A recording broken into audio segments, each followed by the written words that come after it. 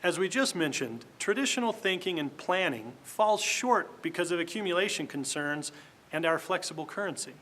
But another reason is the average rate of return factor. People have been taught And most believe that if they grow their money at a certain rate of return, then all will be well in the future. average rates of return are obviously used by planners as a barometer of how you're doing over a period of time. They also use historical rates of return as if they were some indication of the future. Now, past performance can be an indication of stability, management, and success.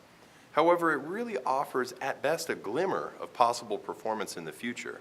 When you buy an investment, your performance history starts that day, not 10 years ago. The average can be a performance measurement, but the reality is that you cannot spend average rate of return. You can only spend money, what we call the actual rate of return. Now, there's a big difference. Averages can also be very misleading and confusing when used for a measurement of your success. You see, everyone looks for that positive rate of return, but those returns create a false sense of security. Yeah, it's like a fuzzbuster on your dashboard. Okay, so let's look at these two examples. The math here is pretty easy. Let's say you had $100,000 in an investment account and you unfortunately took a 25% loss. How much do you have now, Kelly? $75,000. That's right. You gained 25% now. Are you back to 100?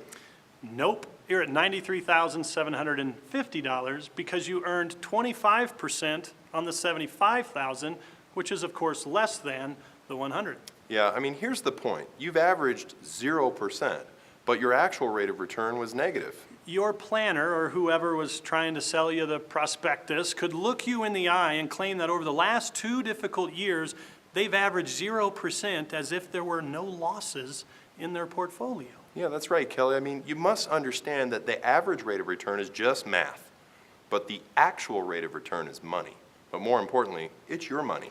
Okay, let's take a look at a second example. You have $1,000 invested for 2 years. This is a little quiz, and you average 20%. At the end of the 2 years, how much do you have in your account? $1,440, $1,200, $800, or zero?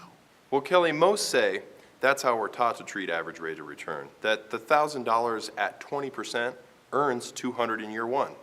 The $1,200 at the beginning of year 2 then earns another 20% or $240, so the total would be $1,440. Here's the thing.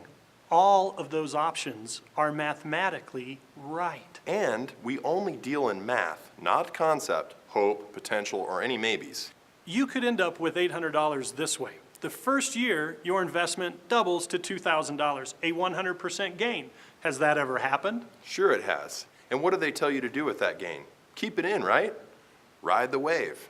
Unfortunately, year 2, you lose 60% or $1,200 of that $2,000.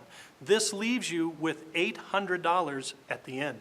Yeah, that's right. And the advisor could look you straight in the eye and claim that they've averaged 20% return over the last 2 years. They could even put it in their brochures or prospectuses. You see, a 100% gain, a 60% loss, that's a 20% average. But you lost $200. Your actual rate of return was negative. The average means nothing. It is only the actual that you must learn to calculate and concern yourself with. But take a guess which one all the experts and the good old cable TV crew likes to use. Just as the accumulation factor, the rate of return factor has many variables and many moving parts. Traditional thinking cannot control and predict a future outcome of all these variables successfully. And if they continue to use average rates of return, it's misleading at best. Like we promise in our Who We Are video, what we'll do for you is provide education, calculation, and analysis for free. We just ask that you keep drinking the financial caffeine. I'm Jeff. And I'm Kelly. And we're your financial heroes.